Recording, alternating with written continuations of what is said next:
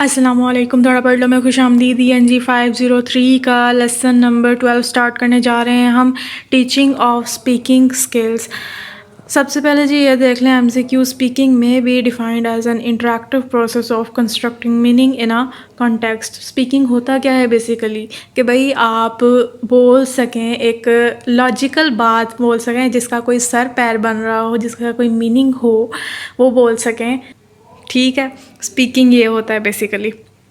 एक interactive process होता है, हम किसी से इंटरेक्ट करते हैं, हम बोलते हैं, उससे बातचीत होती है और उस बातचीत के दरमियान हम मीनिंग कंस्ट्रक्ट करते हैं, एक मीनिंगफुल कन्वर्सेशन करते हैं हम।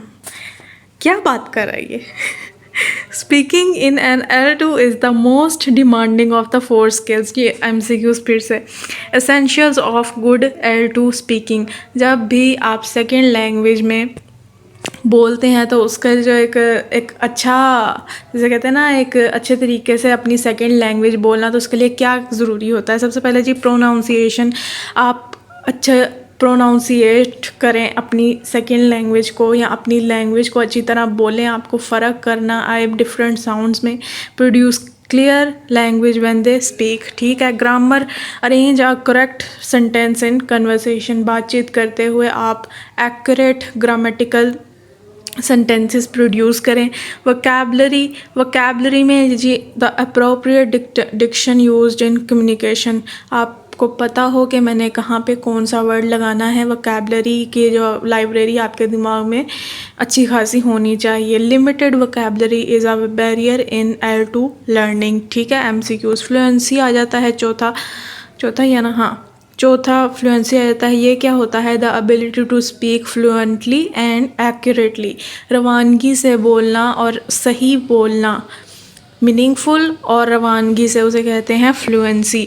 Fluent speech contains reduced forms such as contractions, vowel reduction and इलीजन।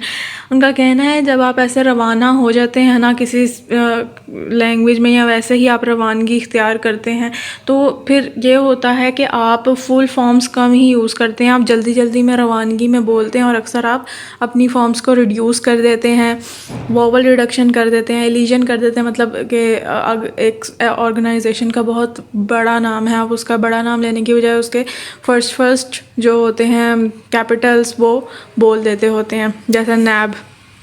ठीक है। NAB, नैब। और इसके अलावा और क्या होता है? Learners who are not expose to reduced speech will retain their formal full forms. जो लर्नर्स इस तरह मतलब उन्हें नहीं पसंद शॉर्ट फॉर्म्स यूज़ करना रवाना बोलते हुए, तो रवानगी से बोलते हुए, तो वो यही करते हैं कि फुल फॉर्म्स फिर वो प्रेफर करते हैं, वो यही फुल फॉर्म्स इस्तेमाल करते हैं। स्ट्रेस आ जाता है, रिदम आ जाता है, इंटोनेशन आ जाता है। आपने कहाँ कौन सी बात पे स्ट्रेस देना है, अपने कौन से वर्ड पे स्ट्रेस देना है, रिदम आपने अपनी बात में कैसे रिदम लेके आना है, इंटोनेशंस आपके सही होने चाहिए। प्रैग्मेटिक आ जाता है, डिस्कोर्स रूल आ जाते हैं। ये सारे आपके स्पीकिंग में आते हैं कि ये इन सब एलिमेंट्स को मिला के आप एक अच्छी स्पीच कर सकते हैं, एक अच्छा बोल सकते हैं अपनी L2 में। Ability to speak in a range of genders and situations. मुख्तलिफ सिचुएशंस हैं, उस सिचुएशंस के मुताबिक आपको बोलना आना चाहिए, आप में ये एबिलिटी होनी चाहिए। Ability to use a range of conversational repair strategies.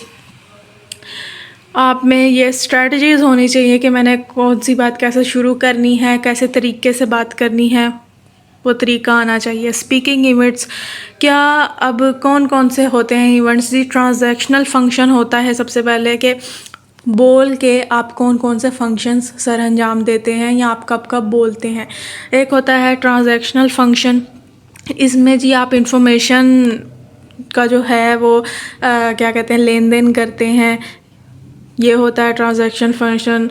और इंटरपर्सनल फंक्शन में आप अपने जो है इर्द गिर्द रहने वालों से एक इंटरेक्टिव वे में एक इंटरेक्टिव वे में बातचीत करते हैं टू मेंटेन रिलेशंस। ठीक है। इंटरेक्टिव फंक्शन होता है। नॉन इंटरेक्टिव होता है कि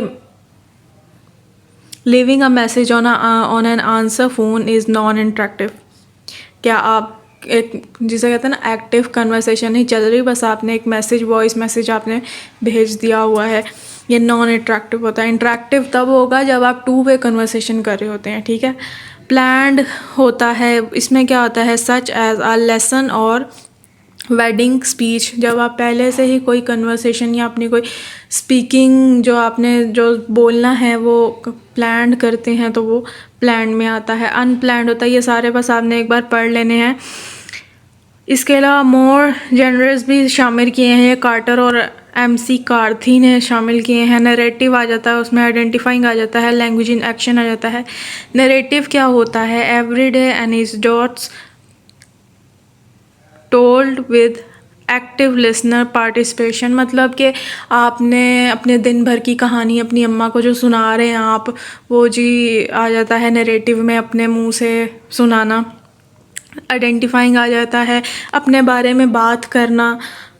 लैंग्वेज इन एक्शंस के आपने अपने लैंग्वेज के ज़रिए कोई एक्शन सर अंजाम दिया या कोई आप एक्शन करते हुए लैंग्वेज का इस्तेमाल करते हैं, वो आ जाता है। जैसे आपने किसी को कमांड किया, किसी को परसू किया, किसी को इन्फ्लुएंस किया अपनी लैंग्वेज के ज़रिए, या आप खाना बनाते हुए बातचीत कर रहे हैं कि अब हम अंडे को ऐसे पका रहे हैं, ये है वो है, जो भी एक्शन जो भी आप करते हुए लैंग्वेज बोलेंगे तो जी वो लैंग्वेज इन एक्शन होगा। कमांड एलैबोरेशन आ जाता है इसमें जी, आप अपनी जो कमांड कह रही हूँ, कमेंट एलैबोरेशन आ जाता है इसमें। आप अपने ओपिनियंस वगैरह देते हैं, कमेंट्स करते हैं थिंग्स के ऊपर या पीपल के ऊपर, जो भी मतलब ओवरऑल ये सारी लैंग्वेज ही है जो हम बोलते हैं, वो सारी लैंग्वेज ही है। हम जो भी बोल रहे हैं वो जी उन्होंने उनकी मुख्तलिफ कैटेगरीज बना दी हैं और उसको यहाँ पे लिख दिया है कि हम ओपिनियन देते हैं, हम कमांड करते हैं, हम कमेंट करते हैं, हम एक्शन करते हुए बोलते हैं, हम इंफॉर्मेशन एक दूसरे से लेन देन करते हैं स्पीकिंग के ज़रिए। ये सारे उसने स्पीकिंग के फंक्शंस लिखे हैं, स्पीकिंग इवेंट्स लिखे हैं। डिबेट करते हैं, आर्ग्यूमेंट करते हैं, डिसीजन मेकिंग करते हैं, निगोशिएशन करते हैं बोल चाल करके। Topic number 62, teaching of speaking skills. अब जी उनका कहना है कि ये जो हाइम्स था उसने कम्युनिकेटिव कॉम्पिटेंस पे ध्यान दिया। मतलब उसने ये कहा कि बच्चे को बोलना आना चाहिए, वो बात को समझे, बात मतलब उसे एक कम्युनिकेशन करनी आनी चाहिए डेली रूटीन में। कम्युनिकेटिव कॉम्पिटेंस उसमें होना चाहिए और उसने इस प्रैक्टिस की तरफ ध्यान दिया, CLT की प्रैक्टिस की तरफ, कम्युनिकेटिव लैंग्वेज टीचिंग। उसने इस चीज़ की तरफ, इस प्रैक्टिस की तरफ ध्यान दिया कि बच्चे को प्रैक्टिस करवाएं कम्युनिकेट करना। तो जी कैनाल और स्वेन जो थे उन्होंने ये हाइम्स थ्योरी को पकड़ा और इसकी 4 डायमेंशंस उन्होंने बना दी। वो क्या है कि ग्रामेटिकल कॉम्पिटेंस होना चाहिए। ग्रामेटिकल कॉम्पिटेंस क्या होना चाहिए कि बच्चे को लैंग्वेज रूल्स पता हों, हर तरह के लैंग्वेज में जितने भी रूल्स हैं, चाहे वो फोनोलॉजी के हैं, चाहे वो ऑर्थोग्राफी के हैं, वोकैबलरी के हैं, वर्ड फॉर्मेशन के हैं, सेंटेंस के हैं, जिस मर्ज़ी के रूल्स हैं वो उसे आने चाहिए। सोशियो लिंग्विस्टिक कॉम्पिटेंस होनी चाहिए बच्चे में, मतलब आप में, हम में, सब में सोशियो लिंग्विस्टिक कॉम्पिटेंस होना चाहिए। मतलब कि हमें जो वो कन्वर्सेशन या जो बात चल रही है हमें उसका मीनिंग समझ आना चाहिए, उसके कॉन्टेक्स्ट के हवाले से और सोशली भी, कि आपके मुआशरे में वो जो सेंटेंस बोला जा रहा है, वो जो बात हो रही है, वो क्या मीनिंग लेती है आपके मुआशरे में, ठीक है।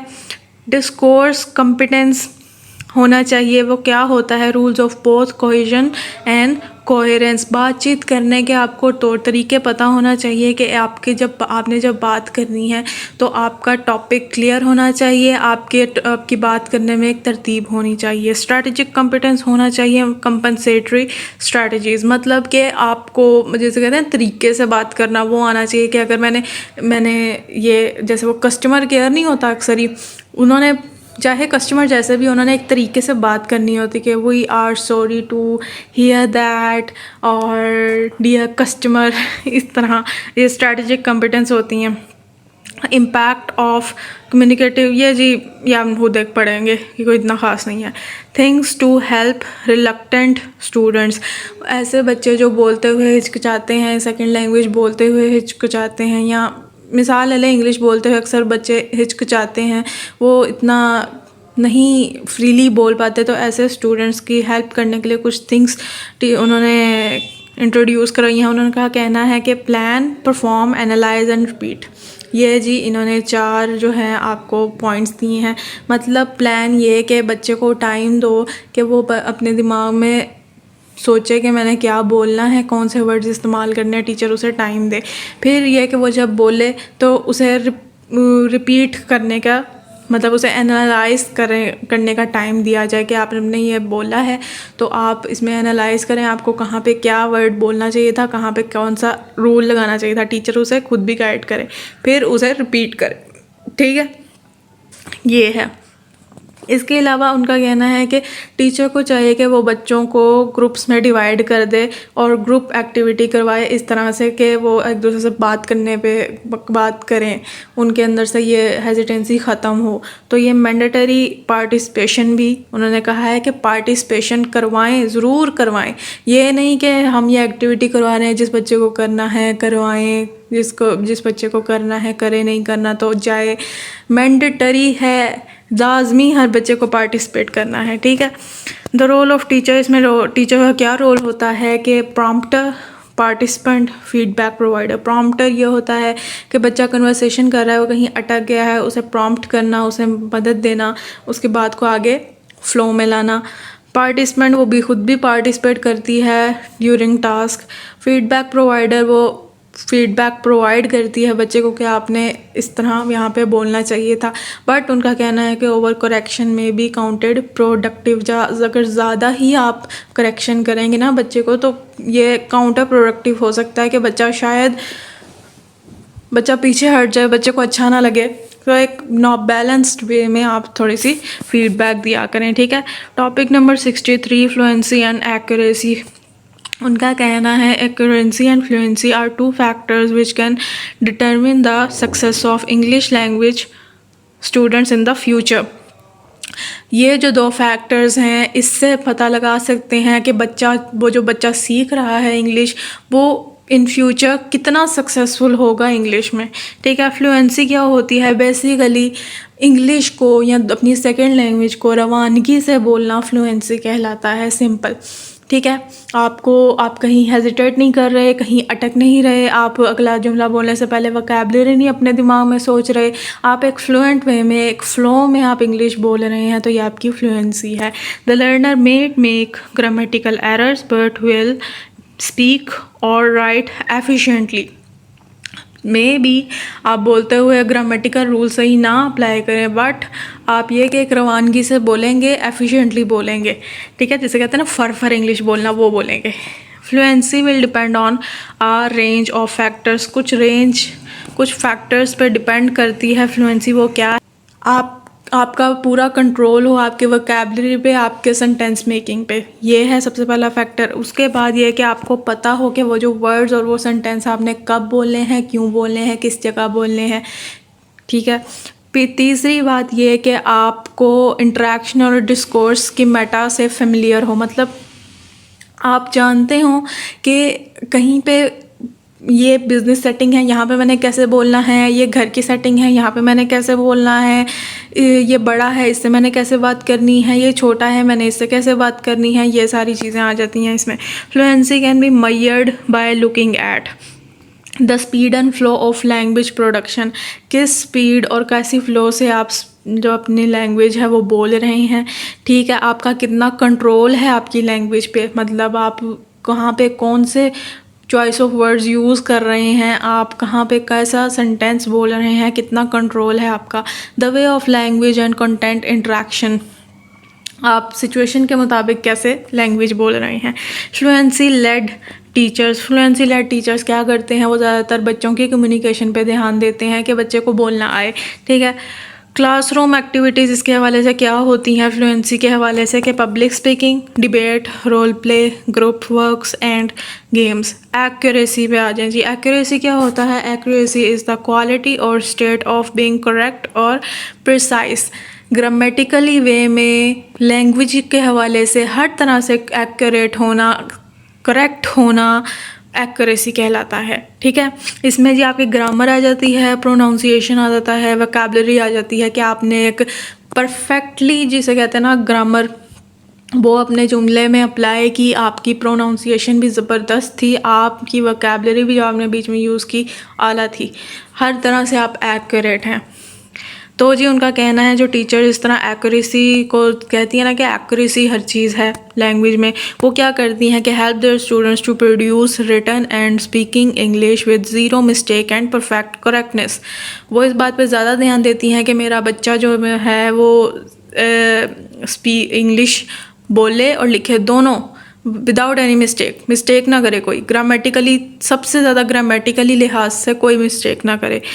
क्लासरूम एक्टिविटीज़ में क्या आ जाता है, ऐसी ग्रामर ड्रिलिंग करवाते हैं, वो फिलिंग द गैप्स एक्सरसाइज होती हैं, एरर एनालिसिस होता है, ग्रामर प्रेजेंटेशन होती है, एक्यूरेसी वर्सेस फ्लुएंसी। अच्छा, क्या है इसका difference? The distinctions between accuracy and fluency is essentially a methodological distinctions। उनका कहना है बेसिकली ये मेथड के, ये जो मेथड है इनका ये अलग है, इसकी बिना पे डिस्टिंक्शन है। वो क्या है कि जाहिर सी बात है फ्लुएंट में वो जो है बच्चा वो रवानगी से बोल रहा है, उसका मेथड अलग है, वो एक कम्युनिकेशन आप सिखा रहे हैं, एक्यूरेट वे में आप बच्चे को रूल सिखा रहे हैं। ठीक है, उसमें आप कम्युनिकेशन पे इतना ध्यान नहीं दे रहे, रूल पे आप ज़्यादा ध्यान दे रहे हैं। Traditional classrooms and systems accuracy, जो आपके ट्रेडिशनल क्लासरूम्स हैं वो किस पे को प्रेफर करती हैं एक्यूरेसी को, जैसे हमारे ये एजुकेशनल सिस्टम किसको प्रेफर करते हैं, एक्यूरेसी को प्रेफर करते हैं। वो हमें ग्रामेटिकल रूल्स सिखाते हैं, कम्युनिकेशन का उनका कोई ध्यान नहीं होता। कम्युनिकेटिव टीचिंग जो इस तरह की क्लासेस होती हैं वो फ्लुएंसी पे ध्यान देती हैं कि बच्चे को बोलना आए, कम्युनिकेट करना आए। ये डिफरेंस है इसमें। ठीक है, topic number 64, techniques and activities for developing speaking skills part 1। जी क्या एक्टिविटीज़ बच्चे परफॉर्म कर सकते हैं, टीचर बच्चों को दे सकती है टू डेवलप स्पीकिंग स्किल्स। सबसे पहले अर्ली एक्टिविटीज़ में क्या आ जाता है, students getting acquainted with each other in a realistic context.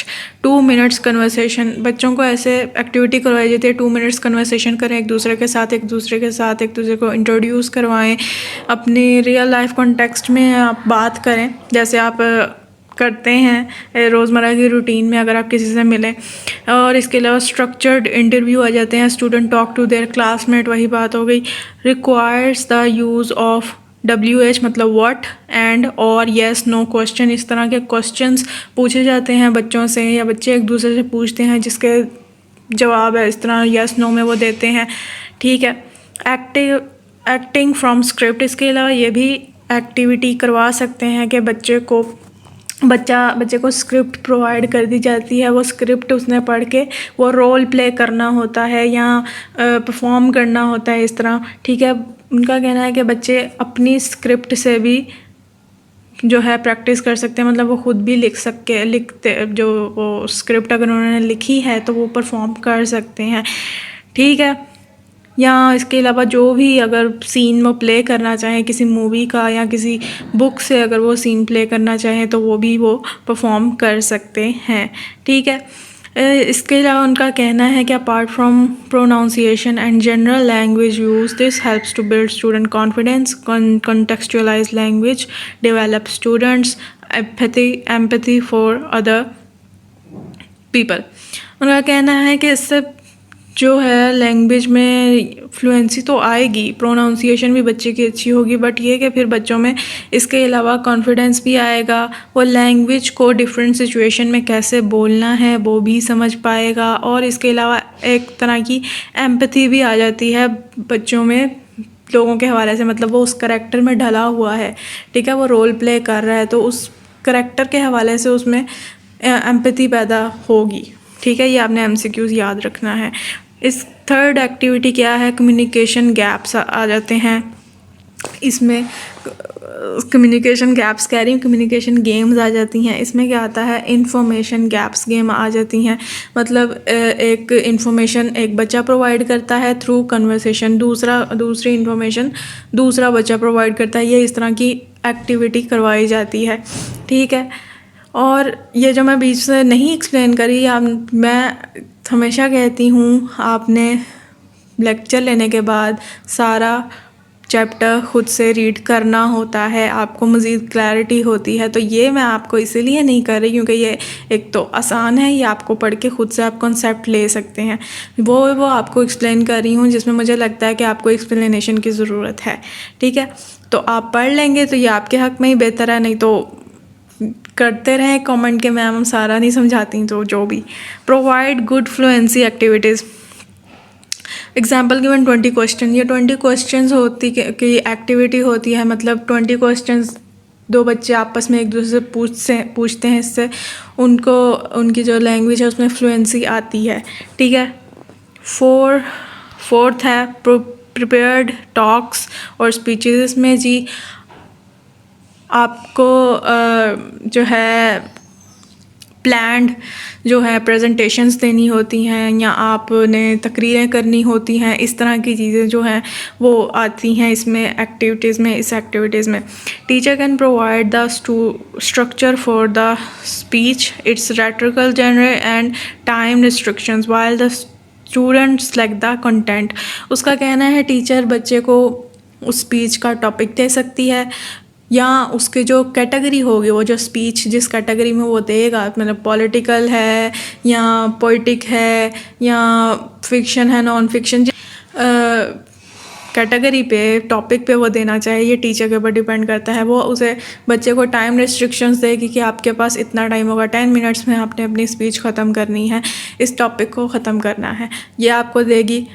ये 3 चीज़ें वो आपको प्रोवाइड कर देगी। इसके अलावा जो आपने तकरीर करनी है या आपने जो भी प्रेजेंटेशन देनी है उसका जो कंटेंट होगा वो आपने ख़ुद तैयार करना है टीचर की टॉपिक के ऊपर।